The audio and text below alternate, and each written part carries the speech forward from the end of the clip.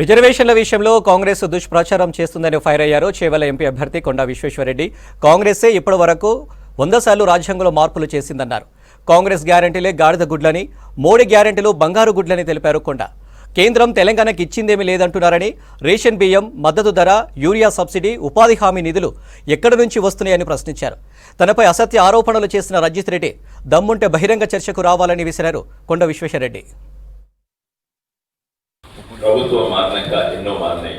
ముఖ్యంగా భాష, రాజకీయాలలో వాడే భాష మారింది.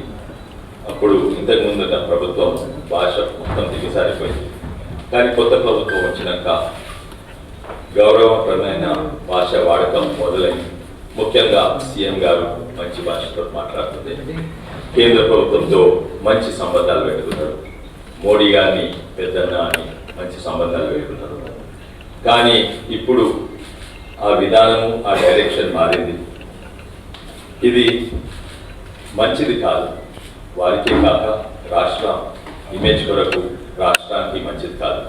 మళ్ళా అదే బూతులు ఈ భాషలు మాట్లాడితే నిజంగానే మన తెలంగాణ గౌరవం కూడా తగ్గుతుంది. కానీ తెలంగాణకి ఏం లాభం రాదు. మొన్ననే సీఎం గారు గాడిది గుడ్డు అని మాట్లాడారు. కేంద్రం నుంచి గాడిది గుడ్లు వస్తున్నాయో ఎవరి గురించి మాట్లాడినాయంటే ప్రధానమంత్రిని రెఫర్ చేసుకుంటూ మాట్లాడారు. అంటే నిజంగా కేంద్రం ఏమి ఇవ్వలేదు, గాడిది గుడ్డు ఇచ్చిందని ఓ గాడిది గుడ్డు కూడా చూపెట్టింది.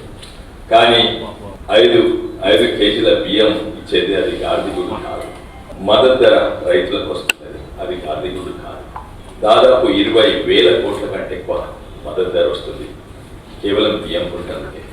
అట్లనే యూరియా సబ్సిడీ, అది దాదాపు 90% సబ్సిడీ.